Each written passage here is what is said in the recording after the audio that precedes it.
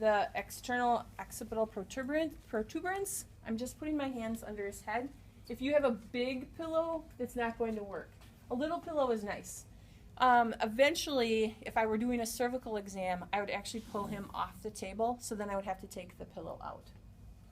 Okay? But again, just like for any other part, I'm going to first just put my hands under there. I'm just feeling the weight of his head. Does he feel comfortable having my hands underneath his head?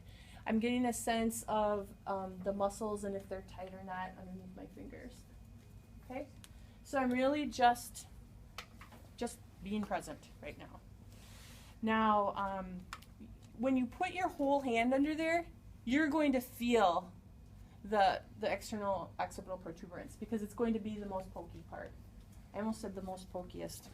You can tell I need to be around adults now for a while. So now my middle finger of my left hand is on that spot. That's going to be a landmark for me to find that nuchal line. So then what I'm going to do is put the pads of my fingers on either side of the inion, and I'm going to rock back and forth a little bit. And what I'm feeling there are the muscles that attach to that nuchal line. Okay? So the nuchal line itself, who cares? But it's a place, we care about the muscles that attach there. All right? Okay, so that's nuchal line. I don't know if I'm going in order or not. So parietal cortex is going to be up here. I can't think of a reason why you would palpate that unless you had someone who had a gunshot wound to their parietal cortex or something. Temporal lobe, the mastoid process. So you find the person's earlobes. And again, Mike's sternocleidomastoid is a little bit tight. So I can also follow that up, and now I'm on his mastoid. Okay. You can also follow the skull, the base of the skull around, and then it's going to be the part that's most inferior. For Mike, his muscles are really tight, so I can find his mastoid really well. Okay? What's on this temporal bone? Zygomatic arch and the styloid process. So we'll do styloid process next because I'm right here. So the styloid process is going to be between his mandible and the mastoid process. Also, this is also where we're going to palpate for C1.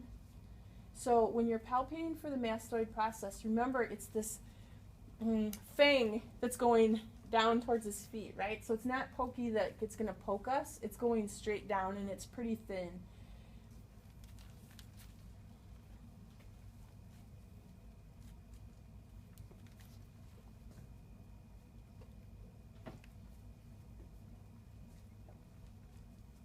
And so what you're seeing me do is, one, close my eyes so that I can concentrate on what I'm feeling.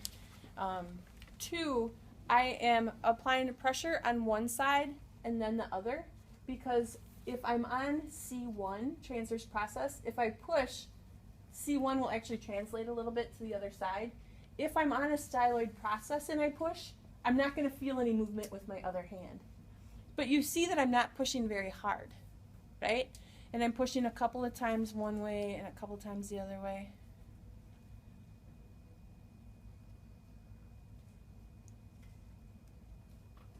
And it's going to be fairly deep. And it's right there on Mike's left side, and I can't, it's there on his right side. So for him on his left side, on both sides I'm having to go back kind of against the mastoid process in him. It's going to be different in all of you. Honestly, it's more important that you be able to know that you're not on the styloid process than it is to find the styloid process. So for him, I would need to be a little bit more anterior. Okay. Zygomatic arch is going to be really important to palpate because our zygomatic arch actually has sinuses. And so if you have someone with chronic headaches, you're going to want to be able to palpate the zygomatic arch to rule in or out that the source of headaches is actually sinus related versus musculoskeletal. Okay? So you're going to palpate along the face. Good. Okay. Is there anything else on that slide? So frontal is just going to be the forehead. Okay. we're gonna do some neurological tests where we're gonna be palpating around here, and so you just need to know where that bone is. All right, I think that's it for that slide.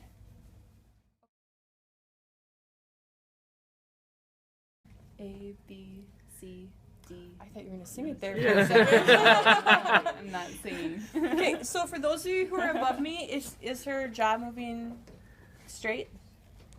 Go ahead. Should I continue with Yes, the please. alphabet? I would appreciate that. F, G, H, I, J, K, L, Is M, it moving symmetrically? N, O, P.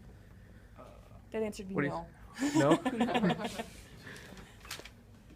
Okay, so when I see that someone's jaw is not moving correctly, I immediately go to C1, C2 before I go to the TMJ. Because if there's a dysfunction at C1, C2, that can affect the mechanics of the TMJ, and that's often overlooked. So I would do that first. If correcting C1, C2 didn't help, then you'd have to go to the TMJ, which we already talked about. I don't like treating the TMJ, so I like treating other places around it. Okay, so is it okay if I touch your chin? Sure. Okay. So I'm on the body of the mandible. Okay. Now I'm on the base of the mandible. There are going to be lymph nodes in the submandibular fossa. There are also going to be muscles in there. So now I'm in the submandibular fossa. Okay. The masseter is an attachment right at the ramus. So can you clench your teeth for me? Ooh, nice big masseters. Okay, go ahead and relax. So that's going to be right at the angle. Then I can palpate the ramus of the mandible. And now do you see my hands are very flat against her head? And go ahead and open your mouth for me again. Oh, nice. So whoever is her partner, you'll feel that there's a huge delay. Okay? So go ahead and open again. And close. And open. Oh, sweet. Nice. You're a great patient. So what the TMJ is an odd joint. So you're going to have a rotation component and a translation component. So right now, all I want you to palpate for is just symmetry. Is it moving the same? Okay? All right. So go ahead and palpate the mandible things. When he opens his mouth, you're going to feel it come up. Your jaw is weird. Yeah, I just felt that. This Yeah. is upset. Okay, but that's how you're finding the coronoid process. Okay? Go. Boom.